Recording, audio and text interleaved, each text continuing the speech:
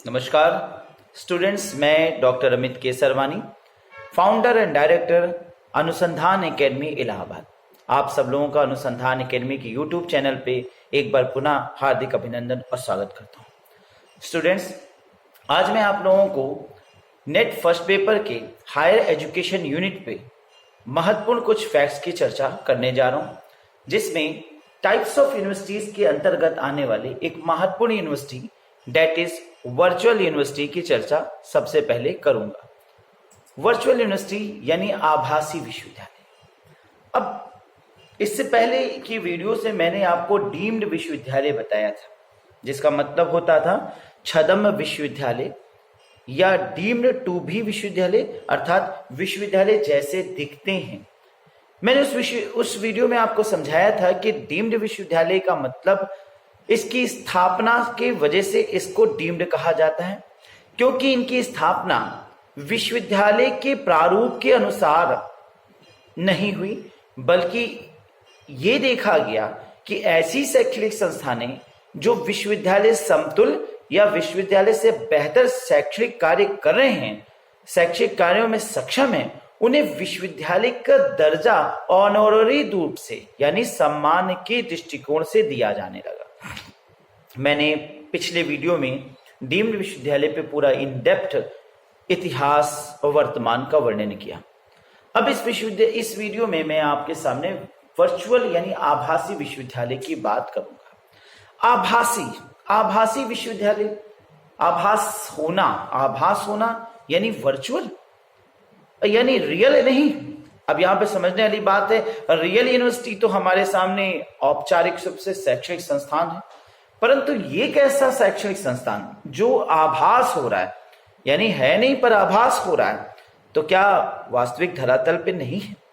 अब यहाँ पे समझने वाली बात है, नाम से शब्द से आभास होना है, यानी कैंपस के रूप में, परिसर के रूप में ये अस्तित्व में या तो नहीं है या बहुत सूक्ष्म है, लेकिन ये इंटरनेट या अन्य माध्यमों के रूप से, ऑनलाइन के रूप से आपके सामने उपस्थित है।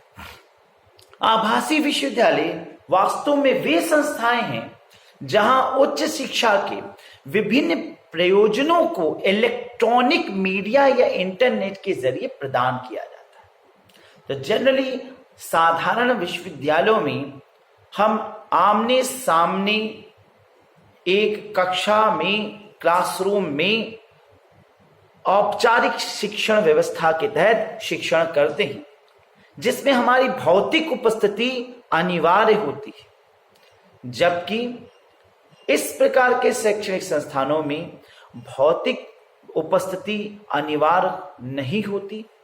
इस प्रकार के शिक्षण संस्थान में हम जनरली ऑनलाइन टेक्नोलॉजी का प्रयोग करते हुए, जनरली विभिन्न अभिकरणों का जो दूरस्थ शिक्षा के अभिकरण हैं, उन तत्वों का प्रयोग करते हुए बड़े जनमानस को एक साथ बिना किसी प्रांगण के, देश के कोने कोने में, बिना किसी भौतिक संस्थान के नियमित रूप से शिक्षा प्रदान करते हैं।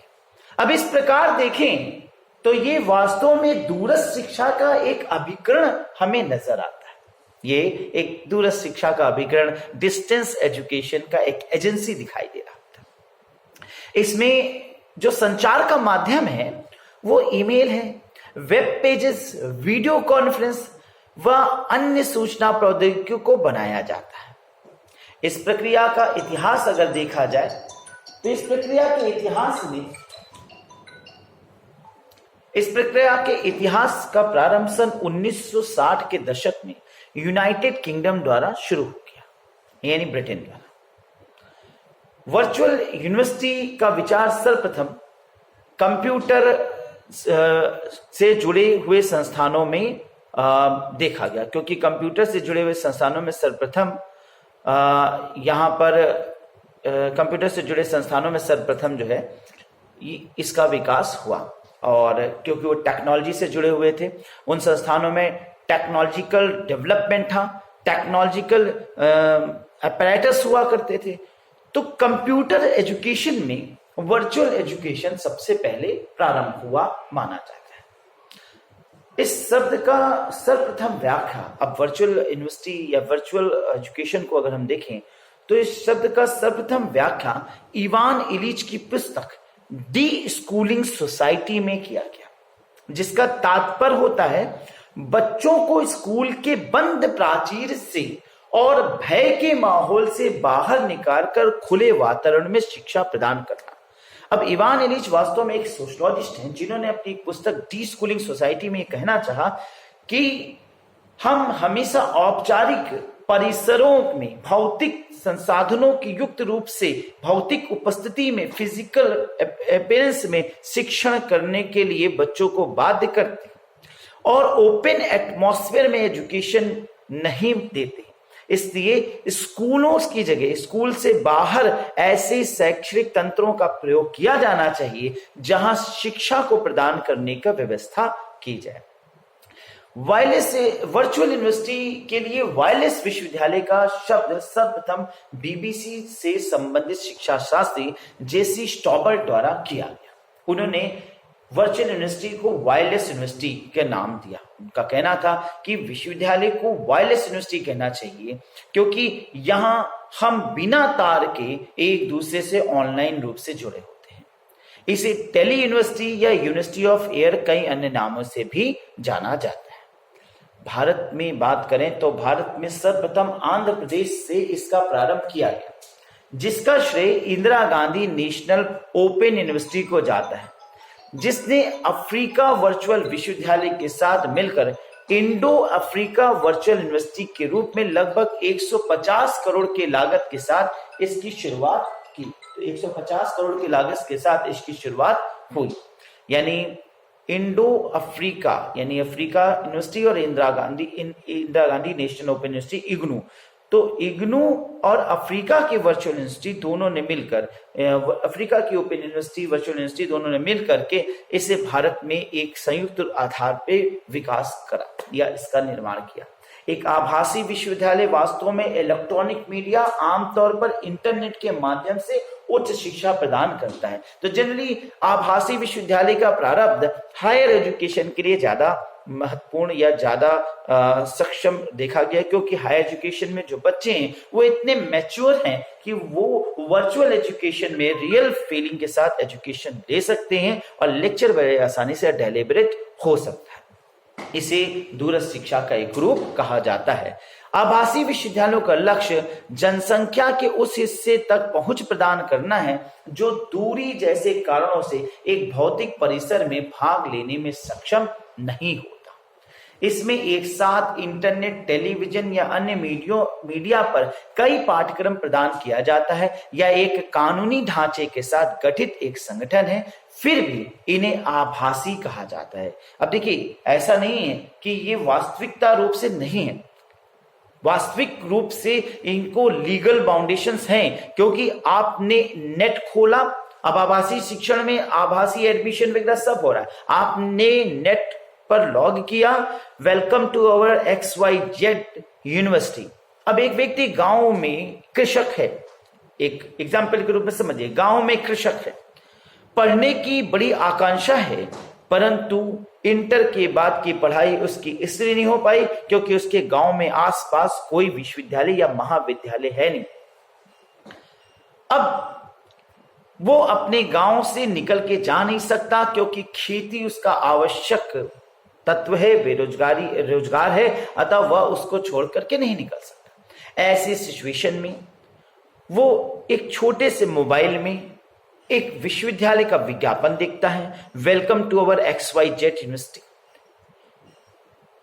Enter one if you want to take admission in undergraduate programme, one दबाया, welcome if you want enter one for BA, enter two for BSc, उसने BA दबाया, click photo your marksheets and full the documents, उसने सब online document fill किया, payment online card के माध्यम से हो गया, congratulation you are admitted to our BA course, now these are your books which you can read by PDF mode, by online mode. Mobile पे हुए खेत में 2 घंटा खाली होता था तो वीडियो देखकर, अब किताबों को पढ़कर, विश्वविद्यालय द्वारा प्रशिक्षण के माध्यम से, ट्रेनर्स के माध्यम से शैक्षणिक कौशल का विकास होता गया। बीच बीच में अपने विचारों को, क्वेश्चंस को वो पुट करता था तो उसका उत्तर मिलता गया। सिंक्रोनमस असिंक्रोनमस दोनों मोड से वो ग्रेजुएशन की सारी नॉलेज को गेन करता गया। एग्जामिनेशन कंडक्शन के लिए आसपास के गांव में या गांव से बाहर शहर के किसी कस्बे में एक सेंटर में जाकर उसने ऑनलाइन एग्जाम दे दिया। 3 साल बाद वो ग्रेजुएट हो गया और अपनी प्रतिभा और मेहनत के बल पर सिविल सर्विसेज का एग्जाम निकाल करके एक आईएएस ऑफिसर हो गया, डीएम बन गया। अब एक वर्चुअल एजुकेशन, सोचिए जरा सा, वर्चुअल एजुकेशन, गांव में बैठे बैठे खेत में उसने अपने आप की, अपनी छवि को, अपने व्यवस्था को, अपने स्तर को उठा लिया। इस प्रकार से एक शैक्षणिक रूप से देखा जाए तो उच्च शिक्षा में एनरोलमेंट का स्तर बढ़ा और व्यक्ति के व्यक्तित्व का विकास हुआ। तो वर्चुअल एजुकेशन खास तौर से उन व्यक्तियों के लिए, ऐसे लोगों के लिए जो बहुत पिछड़े हुए हैं, माइग्रेटेड हैं, या जिनका शिक्षण व्यवस्था बीच में ब्रेक हो गया है, उनके लिए बड़ा लाभकारी और कहा जाए संजीवनी के रूप में कार्य करता है। इसमें देखा जाए तो एक बड़े स्तर पर, जैसे एक वर्चुअल यूनिवर्सिटी बड़े स्तर पर शिक्षा को प्रदान करने में सक्षम हो सकता है, जबकि एक औपचारिक शिक्षण व्यवस्था में यह संभव नहीं हो पाता है। एक वर्चुअल यूनिवर्सिटी में प्रोग्राम डिलीवरी को वेब पेज, ईमेल और अन्य नेटवर्क स्रोतों से, जैसे सूचना और संचार प्रौद्योगिकी के माध्यम से प्रशासित भी किया जा सकता है।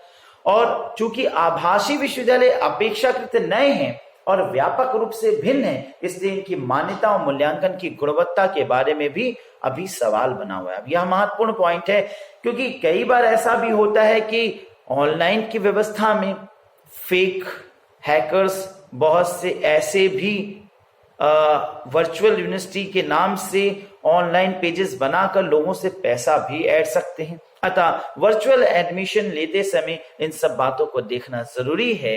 इन पर मूल्यांकन करना, कठिनाई से इसकी गुणवत्ता को परख कर ही इसमें एडमिशन इत्यादि को लेना, तभी लेना, इसमें इन बातों को देखना, ये इसकी एक रूप से समस्या है और इस पर अभी और विचार चल रहा है।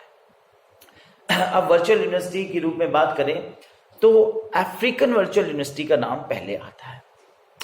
अफ्रीकी आभासी विश्वविद्यालय अफ्रीकी महाद्वीप में शिक्षा के विकास के लिए खुली और सस्ती दूरस्थ शिक्षा संस्थान बनाने के दृष्टिकोण से के लिए एक पैन अफ्रीकी प्रयास है। अफ्रीकन वर्चुअल यूनिवर्सिटी 1997 में विश्व बैंक की एक परियोजना यानी प्रोजेक्ट के रूप में शुरू किया गया। बाद में इसे 2003 में अफ्रीकी सरकारों को सौंप दिया जाने के बाद यह स्वायत्त संस्थान के रूप में विकसित किया गया।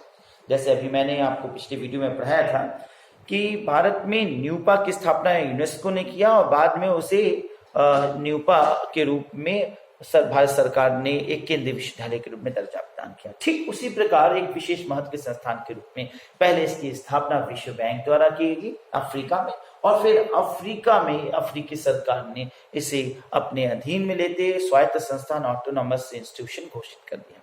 15 अफ्रीकी सरकारों ने एक अंतर सरकारी संगठन के रूप में अफ्रीकन वर्चुअल यूनिवर्सिटी की स्थापना के लिए एक चार्टर पर हस्ताक्षर किया। चूंकि अफ्रीका महाद्वीप में 15 अफ्रीकन कंट्रीज ने मिलकर इसके विकास में प्लान रूप से कार्य करना शुरू किया। इसमें Ghana, Mozambique, Kenya, Senegal, Ivory Coast, Congo, लोकतांत्रिक गणराज्य, दिल्ली, सूडान, बेनिन, दक्षिण सूडान, बेनिन, तंजानिया, गिनी गणराज्य, Sudan, Burkina Faso, Mali, Niger, Mauritania आदि देश शामिल हैं। अफ्रीकन वर्चुअल यूनिवर्सिटी का मुख्यालय नैरोबी में स्थित है और नैरोबी केन्या की कैपिटल नैरोबी में स्थित है और डकार सेनेगल में इसका एक क्षेत्रीय कार्यालय भी है। स्टूडेंट्स, वर्चुअल यूनिवर्सिटी में अफ्रीकन वर्चुअल यूनिवर्सिटी का नाम के बाद एक और virtual university that is the virtual global university का भी नाम आता है। वर्चुअल ग्लोबल यूनिवर्सिटी एक आभासी विश्वविद्यालय है जो इंटरनेट पर ऑनलाइन दूरस्थ शिक्षा या आभासी शिक्षा प्रदान करता है।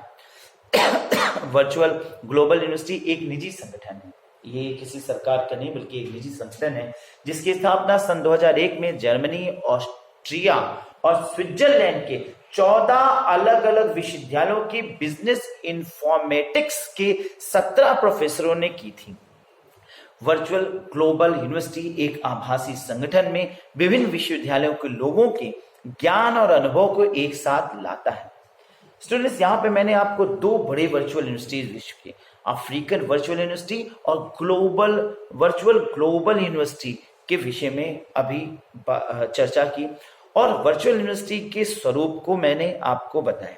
इस प्रकार से देखा जाए तो साक्षरता दर को बढ़ाना, उच्च शिक्षा में शिक्षा की पकड़ को और मजबूत करना, उच्च शिक्षा में कमियों को दूर करना, औपचारिक प्रतिबंधों से बाहर निकलकर शिक्षा को सबके लिए विमुक्त कर देना, सुलभ और सरल बनाना के दृष्टिकोण से वर्चुअल विश्वविद्यालय, वर्चुअल एजुकेशन एक माइलस्टोन साबित हुआ है। विश्व की बड़ी आबादी औपचारिक शिक्षण से महरूम रह जाती है। बड़ी समस्याओं से गुजरने वाले लोग औपचारिक रूप से शैक्षणिक संस्थानों में नहीं पहुंच पाते। अपनी जीवन शैली, अपनी जीविकोपार्जन और अपनी विभिन्न समस्याओं के फेरे में बंद कर वो रेगुलर शैक्षणिक कार्यों को रेगुलर रूप से शिक्षा ग्रहण करने में असफल होते हैं। कई बार शिक्षण व्यवस्था ठप भी हो जाती है, शिक्षा से एक प्रकार से दूरी हो जाती है। ऐसी सभी सिचुएशन के दृष्टिकोण से ये एक ऐसा उपादान है जिसमें शिक्षा को सबके लिए सरल और सुलभ बनाए जाने की दृष्टिकोण से देखा जा रहा है। भारत सरकार भी इस दिशा में विभिन्न पहल ला रही है। वर्चुअल एजुकेशन, ऑनलाइन एजुकेशन को बढ़ावा देने के दृष्टिकोण से हाल ही में राष्ट्रीय शिक्षा नीति 2019 के मसौदे में भी इस बात पर फोकस किया गया कि वर्चुअल एजुकेशन और ऑनलाइन एजुकेशन शिक्षा का मोड जल्द से जल्द व्यापक किया जाए और इसको सबके लिए सुलभ बनाया जा सके, जिससे कि भारत में उच्च शिक्षा और शिक्षा को और बृहद विस्तृत किया जा सके। तो स्टूडेंट्स, वर्चुअल एजुकेशन पे इतना ही। फिर मिलेंगे अगले वीडियो में और भी कुछ नए तथ्यों के साथ, नए फैक्ट्स के साथ। तब तक के लिए नमस्कार।